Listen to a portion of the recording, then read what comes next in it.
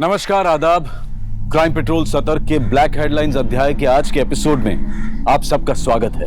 आज के केस में हम देखेंगे होली के दिन शुरू हुआ अपराध का ये खेल कैसे इंसानी रिश्तों को जज्बात के भंवर में उलझा देता है और एक के बाद एक कई जिंदगियां तबाह हो जाती हैं। गुलाल का रंग भी लाल होता है और खून का रंग भी लाल। गुलाल को जब हवा में उड़ा दिया जाता है तो जिंदगी खुशियों से भर जाती है, लेकिन वहीं जब खून बहता है तो जिंदगी हाथ से फिसल जाती है। होली है! होली है! होली है! होली है! होली है! होली है!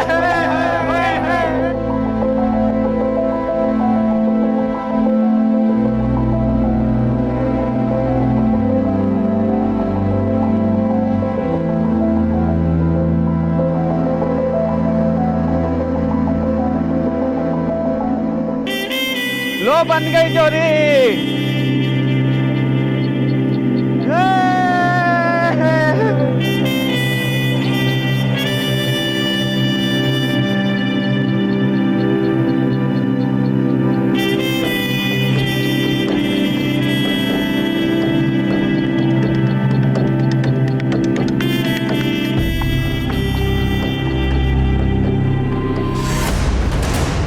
ये क्या किया तुमने? अरे जिससे ब्याह करना होता है ना, उसी के माथे पे गुलाल डालते हैं। तो कर लेंगे ना ब्याह। डरते थोड़ी है किसी से।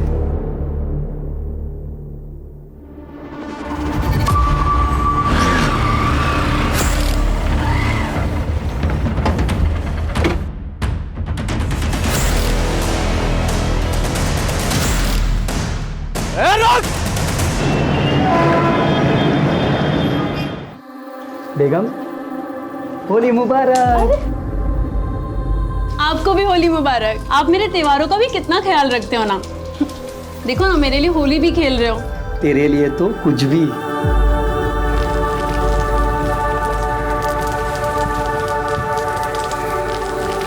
हैप्पी होली। हैप्पी होली चल जा। हैप्पी होली। माँ, छोटा भैया कब आएगा? अभी तो बस 2 ही महीने हुए, 7 महीने बाद आएगा। माँ, मैं छोटे भैया को भी कलर लगाऊंगा। राजू आया। अरे राजू,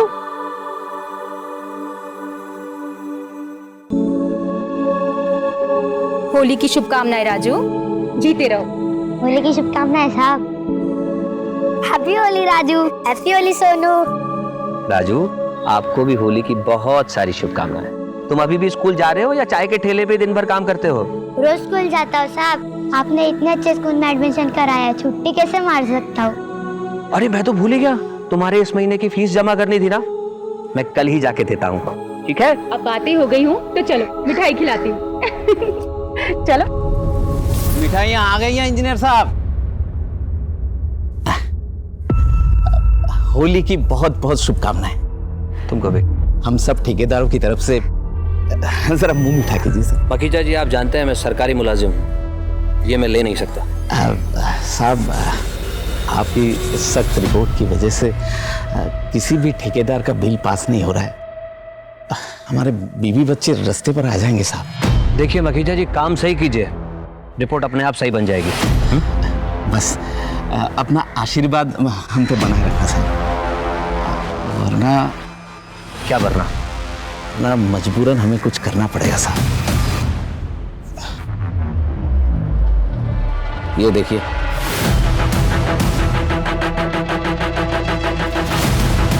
मुझे तुमका नहीं आया? तेरी हिम्मत कैसे हुई यहाँ आने की? तुझे तो मैं देख लूंगा, यहाँ से। तुझे मैं देख लूंगा।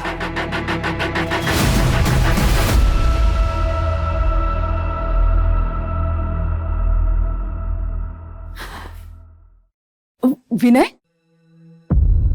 तुम जानते हो ना मैं रंग नहीं खेलती। मेघला, मैं यहाँ तुमसे कुछ और बात करने आया हूँ। मखीजा आया था।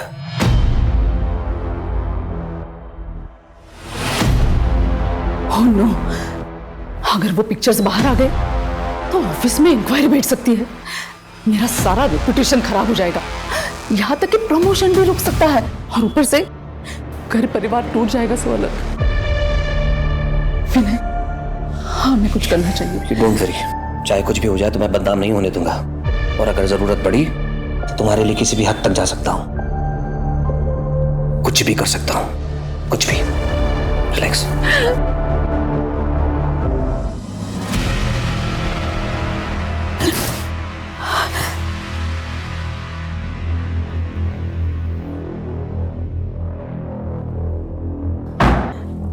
मैं चलता हूं।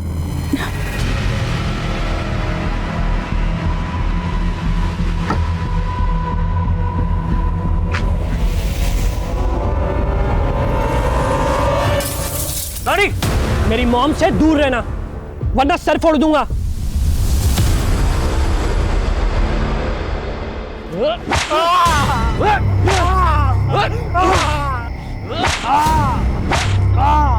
तेरी इतनी हिम्मत, तू मेरी बहन को नजर उठा के देखेगा? हाँ, उसके माथे पे गुलाल भरेगा? यह हमारी होली की प्रथा है। रेवती ने हमारे गाल पे गुलाल लगाया और हमने उसके माथे पे गुलाल भरा। अब हम उससे ब्याह रचाएंगे। क्या बोला तूने?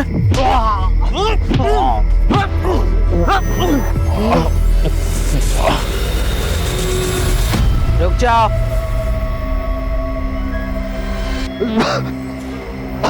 अम्मा, ये हमारे रेवती पर गुलाल डाला है और कह रहा है ना उससे ब्याह रचाएगा। संग्राम, संग्राम, ये उन लोगों की परंपरा है और आज के दिन ना तुम अपने दिमाग को जरा ठंडा रखो। अरे आज होली का त्योहार है। होली खून से नहीं, रंगों से खेली जाती है, समझे? आप सब लोग अपने घर जाइए और खुशी से होली मनाइए।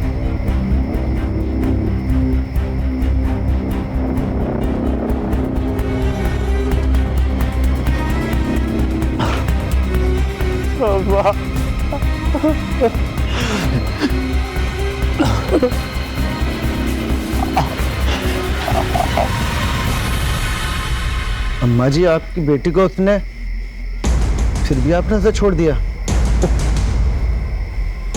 अगला चुनाव विधायक के लिए हर चीज ठंडी करके खानी चाहिए। इस महाधुप को गांव के बाहर तो निकलने दो, फिर बताते हैं इसे।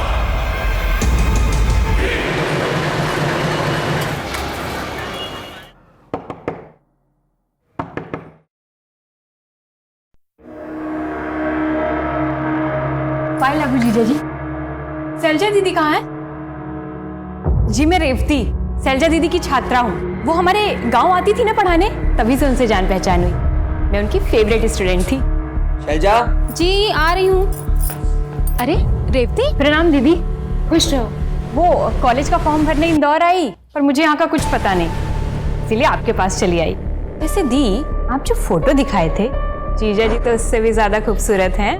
वो छोड़ो, ये बताओ कि तुम्हारे घर वालों ने तुम्हें अकेले कैसे आने दिया? 18 साल की हो गई हूँ, कहीं भी अकेले आ जा सकती हूँ। नहीं, मेरा पेट भर गया। अच्छे से खा लो, कॉलेज बहुत दूर है। अच्छा तुम जा कैसे रही हो? अरे मैं ऑफिस जाते समय कॉलेज छोड़ दूँ। ठीक है, चलो सोनू, तुम भी जल्दी से खाओ।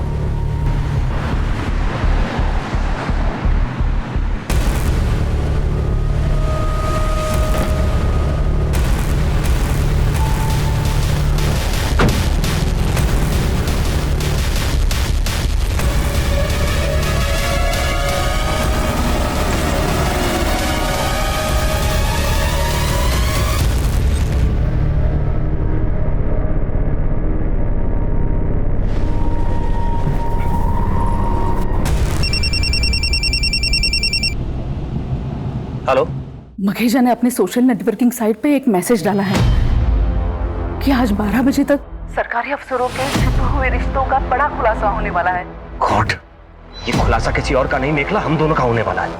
ये पक्का हम दोनों के पिक्चर्स नेट पे अपलोड करने वाला है। कुछ करो विनय, नहीं तो। Mekhala, you don't worry, I will get him.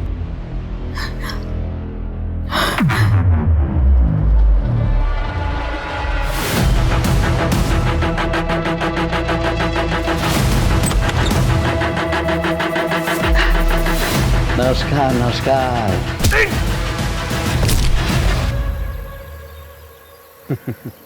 Happy Holi sir. Holi मुबारक हो। सर हमारी होली तो सबकी होली खत्म होने के बाद ही होती है। I know. आप एक्सक्यूज मी। हेलो, क्या फोन किसने किया था? मैंने।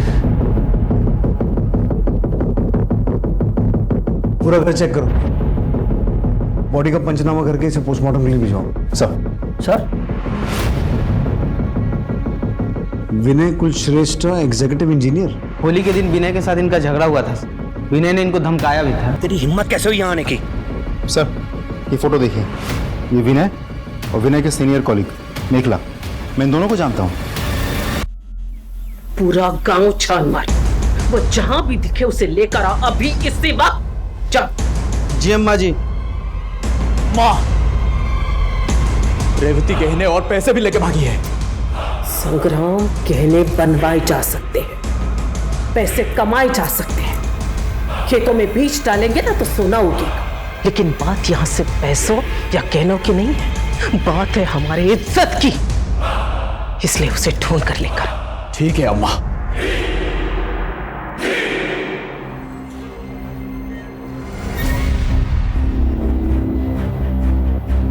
अच्छा, वो पैसे और गहने लेके आई हो? मैं अपने और माँ दोनों के गहने और पैसे लेकर आई हूँ। ये देखो, ये और ये रहे गहने, ये देखो। लेकिन ना इतने सारे गहने यहाँ रखना ठीक नहीं होगा। मैं काम करता हूँ, ये सारे गहने बेच के ना पैसे लेके आता हूँ, फिर तुम्हारे नाम से बैंक में एक खाता खोलेंगे और सारे पैसे उसमें जमा कर देंगे।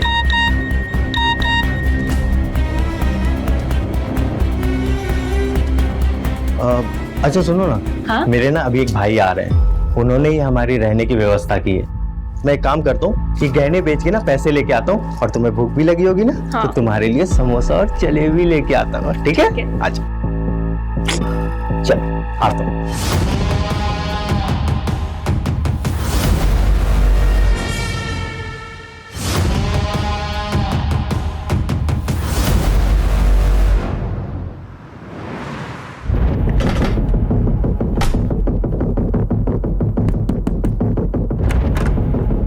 सर, आप विनय कहाँ है? ऑफिस गए हैं। क्यों सर, क्या हुआ? वो ऑफिस पहुंचे नहीं, उससे पहले ही कहीं और चले गए। आपको मालूम है कहाँ गए? मुझे नहीं पता सर, मैं तो खुद सुबह से टेंशन में हूँ। उन्हें कई बार फोन मिलाया पर उनका फोन ऑफ जा रहा है। वो कभी ऐसा नहीं करते, मगर आप लोग उन्हें क्यों ढूंढ रहे हैं? ठेकेदार मखीजा का मर्डर हुआ और वहां से विनय का आईडी और मखीजा के फोन में विनय की ये फोटो मिली।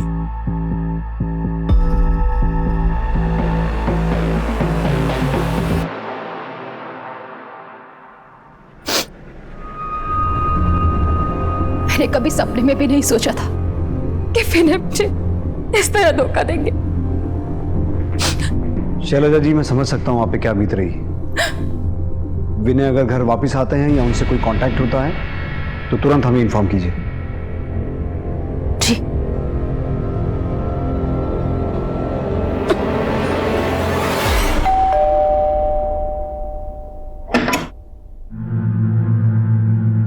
माधु ने भेजा है। जी आइए।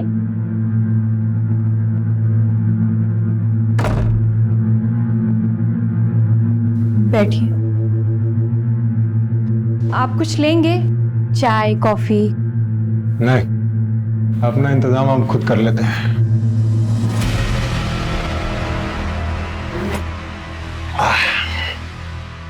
अरे तुम खड़ी क्यों? बैठो ना। ये क्या कर रहे हो? महादू आता ही होगा, उसी से बात करना। अरे माधु क्या आप कंचे खेलने आएगा? आओ। अरे मेरा हाथ छोड़ो, ये क्या कर रहे हो? शर्म नहीं आती अपनी होने वाली भाभी के साथ? अरे किसकी भाभी? तेरे वास्ते रोकड़ा पैसा दिया है माधु को। झूठ बोल रहे हो, ऐसा नहीं हो सकता।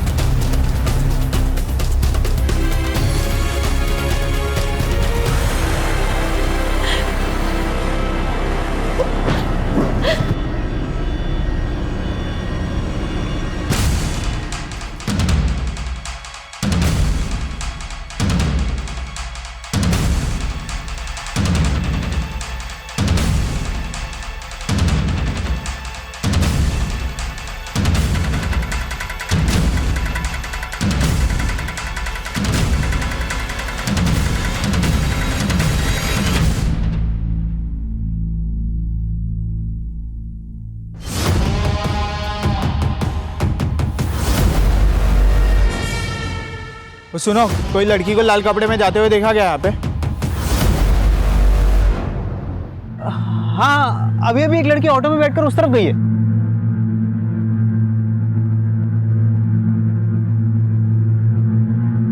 बताइए, आपका विनय के साथ क्या रिश्ता था?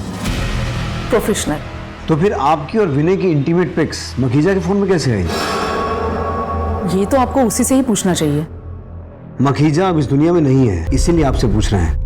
ये मखीजा मरा कैसे? कहीं आप नहीं तो?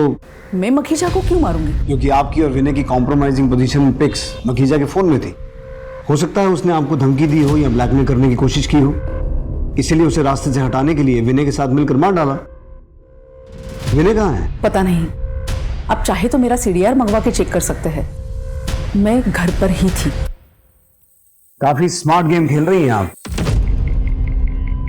आपका सीडीआर तो ठीक है, जरा ये आपके घर के सामने लगे सीसीटीवी की फुटेज देखिए।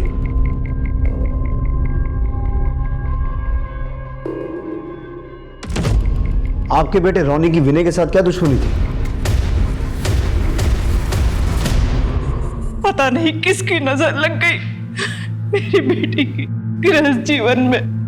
ये सब कैसे हुआ बेटा? मुझे तो खुद कुछ समझ नहीं आ रहा माँ। सुबह तो ये ऑफिस के लिए निकले थे और रेवती को कॉलेज छोड़ना था। रेवती कौन है? नानखेड़ा से आई थी माँ। नानखेड़ा?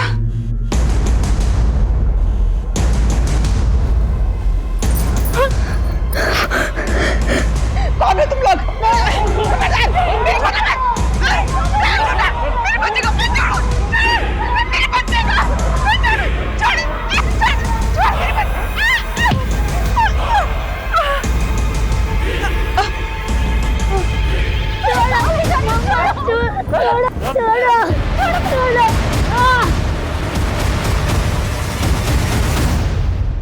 रोनी, विनय कहाँ है? How would I know sir? तुमने उसकी कार की हेडलाइट तोड़ी थी, उसे धमकाया भी था। किस लिए? वो हमारा कुछ पर्सनल प्रॉब्लम था। तो उस पर्सनल प्रॉब्लम को खत्म करने के लिए विनय के साथ कुछ किया नहीं ना? नहीं सर। मखीजा का मर्डर कैसे हुआ? I don't know. तुम्हें गुस्सा तो मखीजा पे भी होगा, क्योंकि उसके फोन में वो पिक्स जो थी।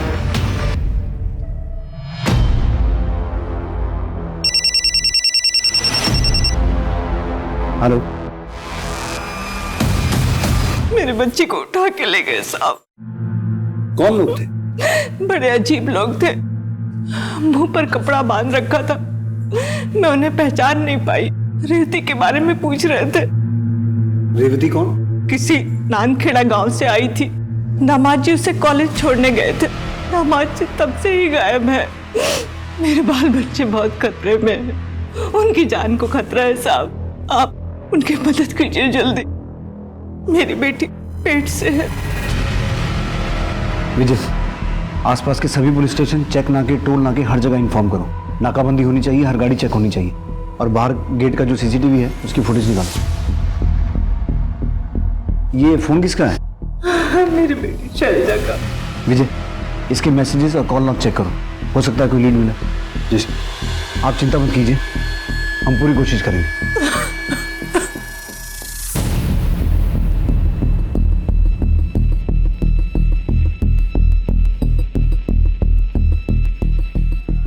पहले मखीजा का मर्डर हुआ और अब विनय के बीवी और बेटा। कहीं ये सब विनय का किया धरा तो नहीं है? मखीजा का मर्डर करके अपनी फैमिली को यहां से निकाल के धीरे धीरे गायब होने की कोशिश कर रहा। रेवती नानखेड़ा गांव से थी और ये लोग भी गांव खेड़े के ही लग रहे हैं, चेहरे ढके हुए हैं। कहीं सबके तार रेवती से जुड़े तो नहीं है? विजय, नानखेड़ा पुलिस से रेवती के बारे में और जानकारी निकालो। सर, एक चीज नोटिस की आपने? दिखाता हूं। ये देखिए, गाड़ी में नंबर प्लेट ही नहीं है। जितने भी चेक नाके हैं सबकी सीसीटीवी फुटेज चेक करो। देखो ये गाड़ी कौन कौन से रास्ते से होकर गुजरी है। साहब,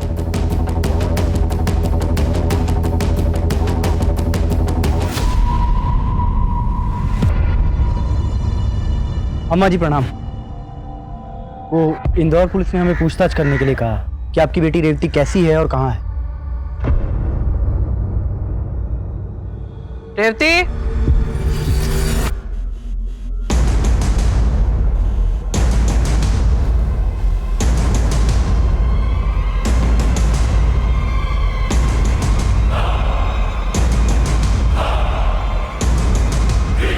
ये रही रेवती।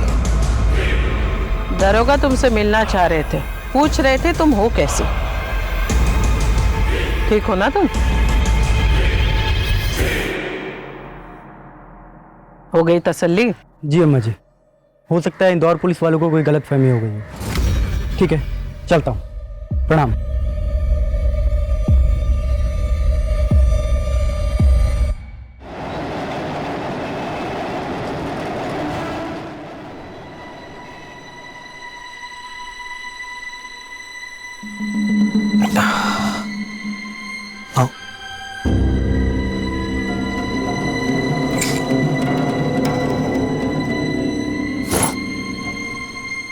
आज से यही अपना घर होगा। अब तुम्हें किसी से डरने की ज़रूरत नहीं है। इसे ही हम अपना आशियाना बनाएंगे। लेकिन मुझे यहाँ के लिए कुछ सामान खरीदना होगा। तुम उसकी टेंशन मत लो। मेरा पार्टनर है बिलाल, उसकी बीवी है बिल्लो भाभी, वो तुम्हारी खरीदारी में मदद कर देंगी।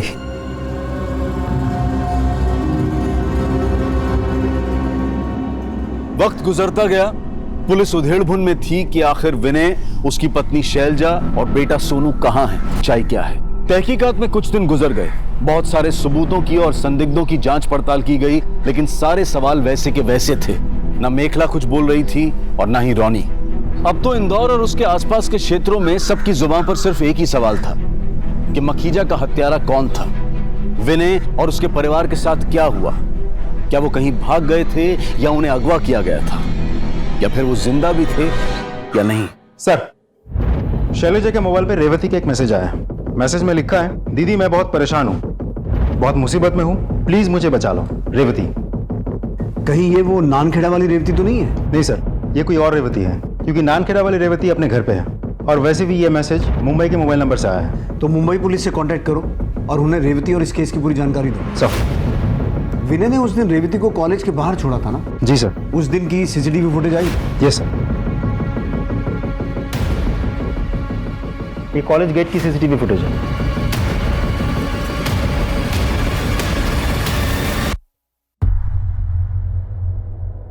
ये तो कॉलेज के अंदर गई नहीं, ऑटो में बैठ के चली गई। और जो आदमी ऑटो में बैठा है वो कौन है? इस ऑटो का नंबर नोट करो और ऑटो वाले को ढूंढ के निकालो। सर। हाँ सर, इस लड़की को मैंने नए बाजार में छोड़ा था। ऑटो में बैठा ये लड़का कौन था? सर, बातों से तो लग रहा था इसका दोस्त था। विजय, इस फुटेज से रेवती की फोटो लो। सर।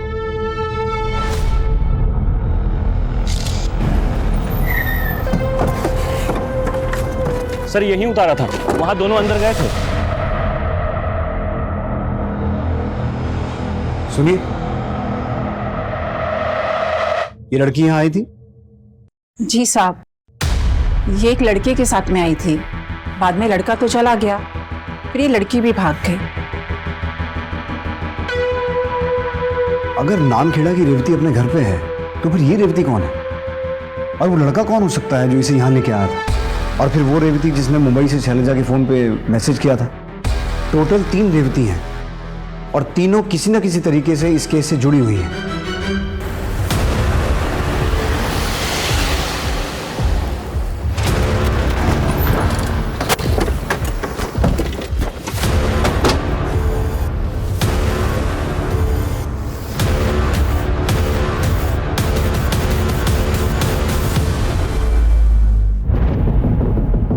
सर ये देखिए, चाकू से कई बार वार किया गया सर। आसपास चेक करो, देखो शायद कोई क्लू मिले। सर। Lucky Taylor.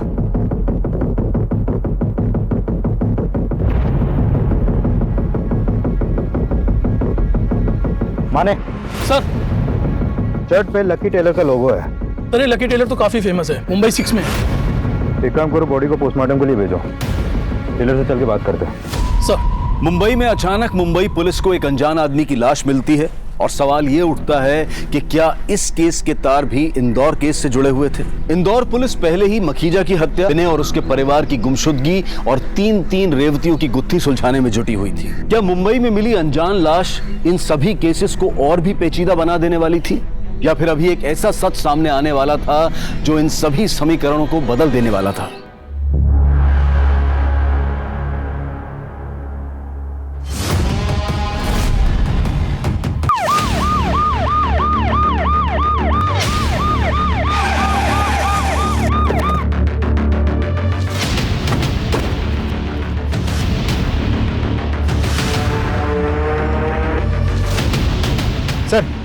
ये तो कोई महादू है, नंदखेड़ा गांव से।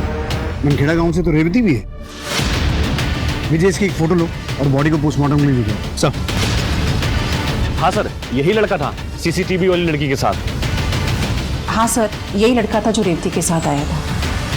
विजय, नानखेड़ा के पुलिस स्टेशन को इन्फॉर्म करो, हम महादू के घर पूछताछ के लिए आ रहे हैं। सर।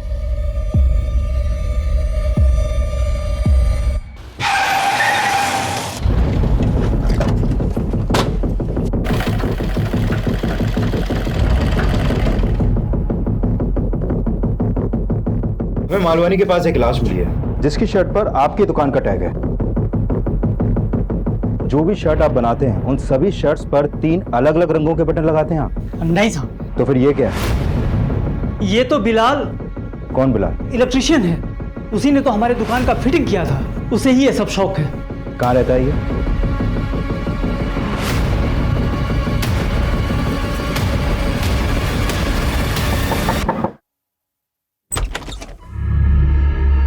बिलाल का घर है? जी साहब, लेकिन 2 दिन से वो घर नहीं आया। मैं पुलिस स्टेशन आने वाली थी। क्या हुआ साहब? हमें एक डेड बॉडी मिली है और बॉडी अभी पोस्टमार्टम के लिए गई है। यह है बॉडी का फोटो।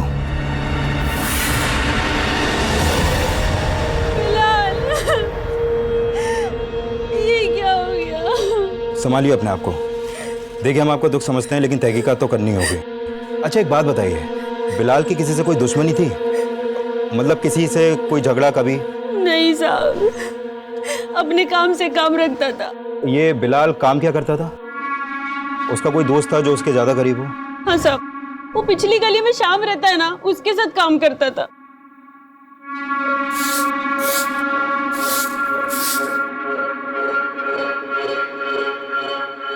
जी ये आपका बेटा है? हाँ साहब, ये हमारा बेटा महादू है। इसकी गलत हरकतों के कारण मैंने इसे घर से निकाल दिया था साहब। क्यों? ऐसा क्या हुआ? कोई काम धाम ही नहीं करता था, बस ताली पी के पड़ा रहता था साहब। आपको क्या लगता है उसके साथ किसी की कोई दुश्मनी थी, लड़ाई झगड़ा? यहाँ गांव में तो नहीं साहब, पता नहीं इंदौर में किसी से दुश्मनी हुई हो। तो उसने आपसे कभी संपर्क तो किया होगा? कभी कुछ बताया कि उसको किसी से खतरा है या ऐसा कुछ? नहीं साहब, हमारी उससे कोई बात ही नहीं हुई है। ठीक है, जैसे ही बॉडी का पोस्टमार्टम हो जाएगा आपको इत्तला करेंगे, आप बॉडी क्लेम कर सकते हैं। जी सर।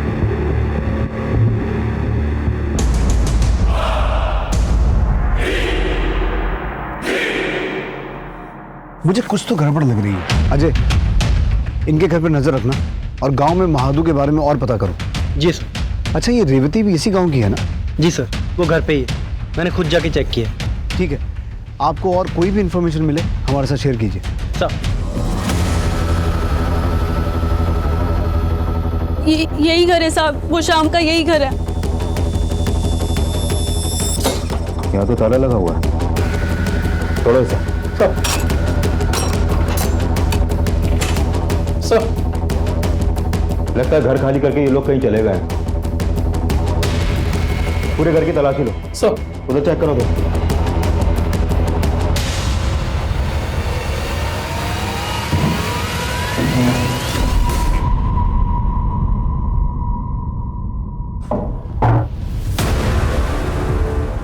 माने सर, ये खून के धब्बे लग रहे हैं मुझे। फोरेंसिक टीम को बुलाओ और ये ब्लड पार्टिकल बिलाल की डेड बॉडी से मैच करके देखो। हो सकता है ये उसी का ब्लड हो।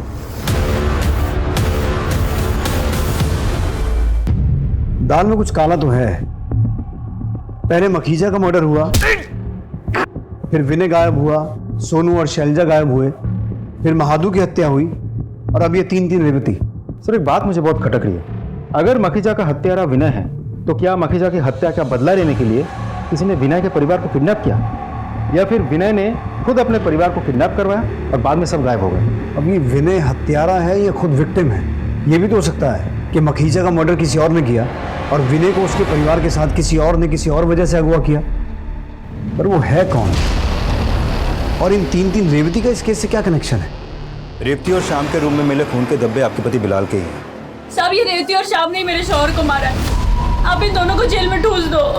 हमने शाम का फोन सर्विलेंस पे डाल दिया है। जैसे वो फोन ऑन करेगा पकड़ा जाएगा। आपके पास रेवती का कोई नंबर है?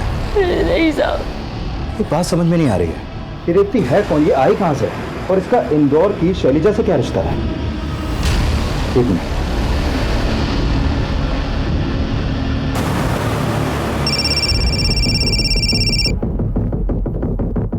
जय हिंद। जय हिंद। मैंने आपको यह बताने के लिए कॉल किया है कि रेवती ने जिस नंबर से शैलिजा को मदद मांगने के लिए मैसेज भेजा था, वो नंबर एक्चुअली मुंबई के बिलाल का है, लेकिन अभी उसका मर्डर हो चुका है। और बिलाल के मर्डर में हमारे सस्पेक्टेड क्रिमिनल बिलाल का एक दोस्त है श्याम, और उसकी गर्लफ्रेंड रेवती है, और अभी ये दोनों ही फरार हैं। मैं आपको शैलिजा केस से जुड़ी रेवती की फोटो दिखाता हूँ, आप देख के बताइए कि बिलाल केस से जुड़ी रेवती सेम है या अलग है। ये देखिए, ये देखिए, यही वो रेवती है जो श्याम के साथ रहती थी। हाँ हाँ सर, यही है रेवती, और इन दोनों ने ही मिलके मेरे पति को मारा है। तो शैलिजा के घर आई रेवती ही मुंबई गई थी, इसका मतलब है रेवती नंबर 2 और 3 सेम है, लेकिन इस रेवती को इंदौर में महादू के साथ देखा गया था। तो क्या इसी रेवती ने महादू की हत्या की यहाँ इंदौर में, और वहां मुंबई जाके बिलाल की हत्या की? खैर, आपको अगर रेवती मिलती है तो हमें इन्फॉर्म कीजिए। श्योर। जय जय। Excuse me. हेलो। हाँ, very good, thank you sir. आपका शक बिल्कुल सही निकला। माखीजा के मोबाइल में विनय और मेखला के जो पिक्चर्स मिले थे, वो हमारी टीम ने बहुत डिटेल में स्टडी किया। उसमें माइक्रो लेटर्स में उस मोबाइल कंपनी का वाटरमार्क है जिसमें पिक्चर्स खींचे गए थे। सर, माखीजा का मोबाइल किसी और कंपनी का था, लेकिन पिक्चर्स खींचने वाले ने ब्लूटूथ के जरिए पिक्चर्स ट्रांसफर किए थे, इसलिए ज़्यादा कुछ पता नहीं चल पा रहा था। पिक्चर्स क्लिक किसने की? मेखला के ड्राइवर ने। तुम मेखला के ड्राइवर हो? जी सर।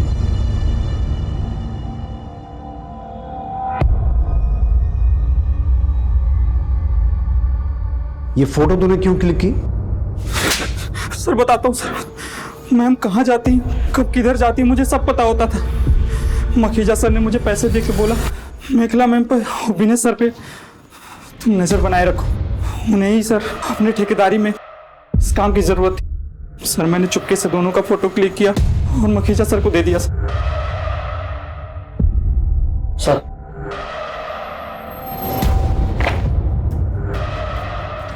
सर, इसके कॉल डिटेल्स आ गए।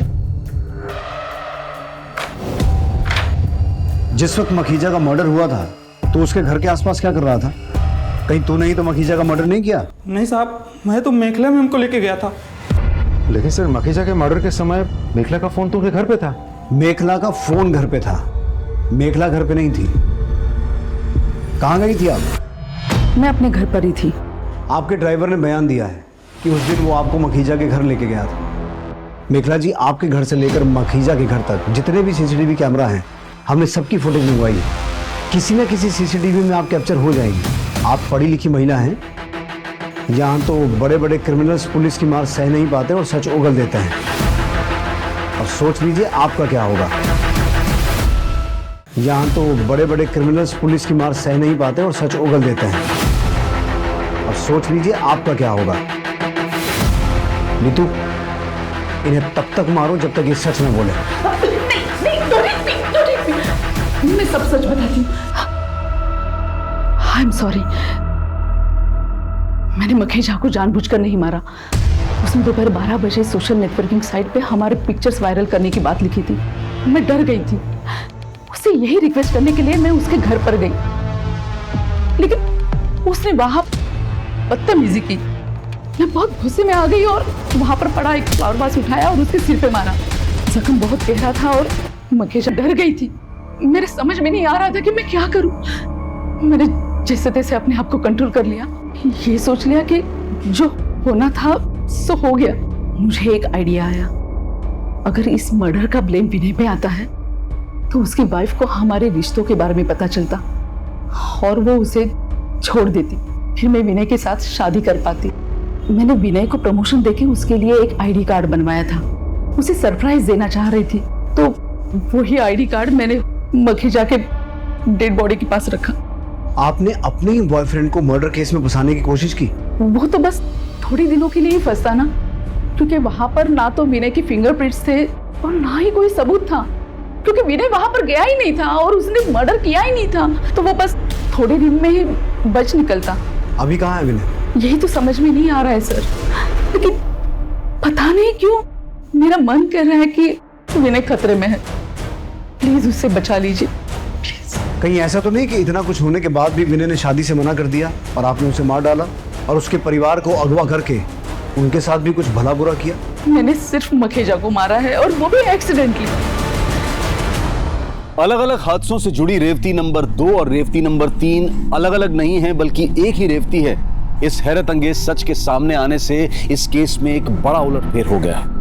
सारे बिखरे हुए पहलू एक दूसरे से जुड़ गए और होली के दिन शुरू हुई अपराधों की एक कड़ी पुलिस के सामने खुलने लगी। अब जरूरत थी उन सभी अपराधियों को पकड़ने की, विनय और उसके परिवार को बचाने की। पुलिस तुरंत एक्शन में आ गई। मिशन रिस्की था, लेकिन रिस्क तो पुलिस की ड्यूटी का एक अहम हिस्सा है। और इसी दौरान पुलिस को एक अहम खबर मिली।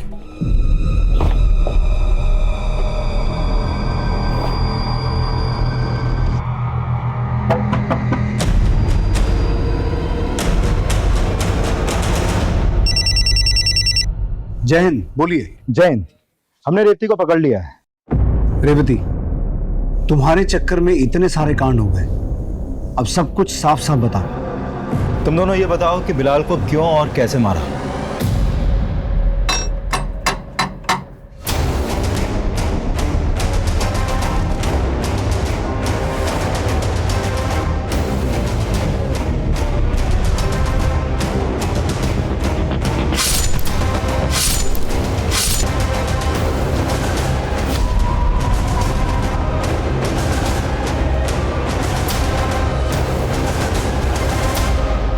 हमने बिलाल को मार के उसकी बॉडी झाड़ियों में फेंक दी। तुम नामखेड़ा के महादू के साथ यहाँ इंदौर में क्या कर रही थी और शैलजा के घर कैसे पहुंची? सर, मैं नानखेड़ा की सरपंच अम्मा जी की बेटी हूँ। क्या? जी।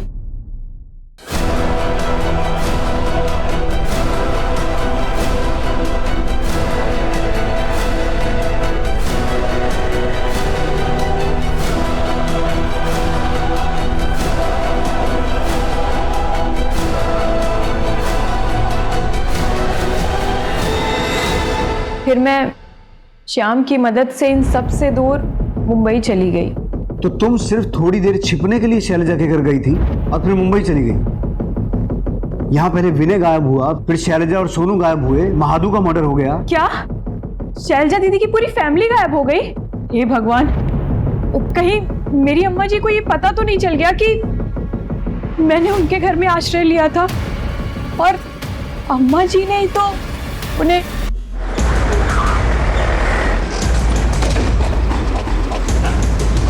चल बाहर निकल। अरे कौन है तुम? चल भाग। रेवती कहाँ? उसे तो मैंने कॉलेज के गेट पे छोड़ दिया था। मुझे कैसे पता होगा कि वो कहाँ?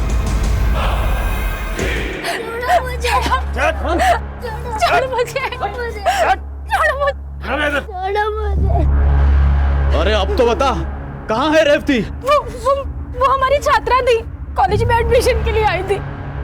हमने तो बस उसकी मदद की है, हमें और कुछ नहीं पता। आप मेरे पति को छोड़ दीजिए। लटका दो इन लोगों को भी। लटका रहे? माजी ऐसा मत करो। माजी वो पेट से है। माजी तो आप तो वो पेट से है। फिर तो ज्यादा देर दर्द बर्दाश्त ही नहीं कर पाएंगे, है ना? और बहुत जल्दी अपना मुंह खोल देगी। बताओ, वो तो कहाँ चुप होकर रखा है? बताओ।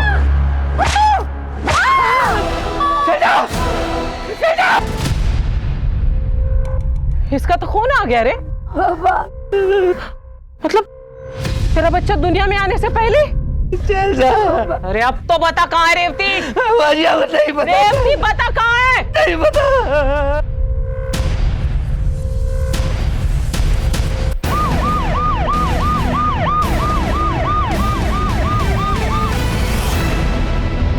आपके घर की तलाशी लेनी है, वारंट दिखाओ। ये आज की सरपंच और आने वाले कल की विधायक जी का घर है। यहाँ वारंट कुछ नहीं चलता। चलो निकलो यहाँ से।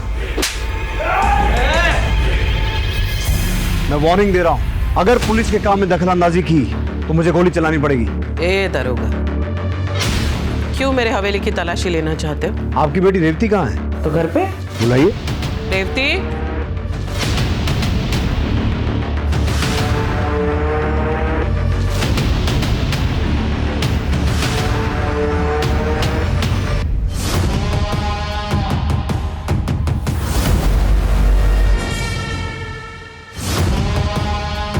ये है ना आपकी बेटी रेवती। आप समझिए आप कि आपके घर की तलाशी क्यों लेनी थी। तलाशी लो पूरे घर की। सर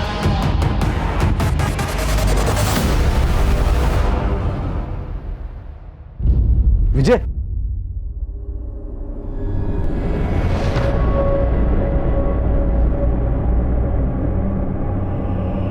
बच्चा जिंदा है। सुरेश, इसे हॉस्पिटल लेके जाओ जल्दी।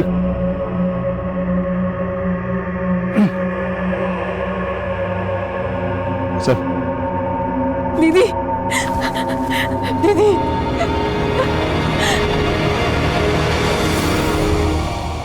अब बताएंगी महादू को कैसे मारा? मुझे नहीं मालूम। नीतू, सबके सामने मारो इसे। सब मैंने मारा।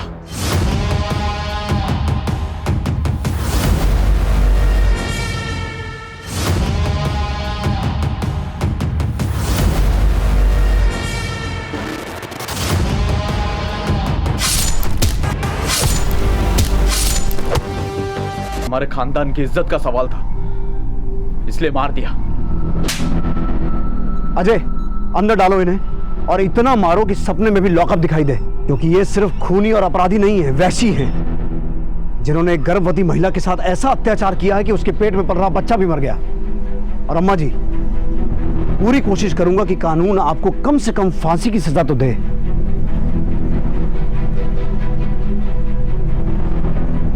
आप सब भी जाइए यहां से। देखा रेवती, तुम्हारे एक झूठ ने कैसा खेल रच लिया। मैं मानता हूं तुम्हारे साथ भी बहुत कुछ गलत हुआ है, लेकिन तुम्हारे उस एक झूठ ने कई जिंदगियों का सच बदल दिया। विजय, इसे भी ले चलो। पुलिस ने पुख्ता सबूतों और गवाहों के साथ अपराधियों को कोर्ट में पेश किया और उन्हें सजा दी गई। लेकिन ये कहानी यही खत्म नहीं होती है। अम्मा जी और संग्राम ने अपने खानदान की इज्जत बचाने के नाम पर जो अपराध किए, उसका समर्थन करने वाले बहुत से लोग इस समाज में मौजूद हैं, जो आज भी ये नहीं मानते हैं कि जन्म और जात पात का भेदभाव करना गलत है। हम सब इंसान ही हैं, और जिस दिन हम किसी भी इंसान को उसके जन्म से नहीं बल्कि उसके कर्मों से जज करना शुरू करेंगे, तो शायद उसी दिन से बहुत सारे अपराध अपनी जड़ से ही मिट जाएंगे। दोस्तों, कोरोना वायरस से बचाव के लिए सरकार और प्रशासन ने कई कदम उठाए हैं। ये बहुत जरूरी है कि हम उनके द्वारा दिए गए निर्देशों का सही तरीके से पालन करें, अफवाहों पर विश्वास ना करें और डर का माहौल ना बनने दें। हमें पूरा विश्वास है कि हम बहुत जल्द एक साथ मिलकर इस आपदा को जड़ से मिटाने में सफल रहेंगे। अब मैं अनूप सोनी आपसे विदा लेता हूं। फिर मुलाकात होगी क्राइम पेट्रोल सतर्क के ब्लैक हेडलाइंस अध्याय में एक और नए केस के साथ। और याद रखें, क्राइम और आपके बीच में सिर्फ इतना फर्क है कि आप कितने सतर्क हैं। सतर्क रहें, सुरक्षित रहें। जय हिंद।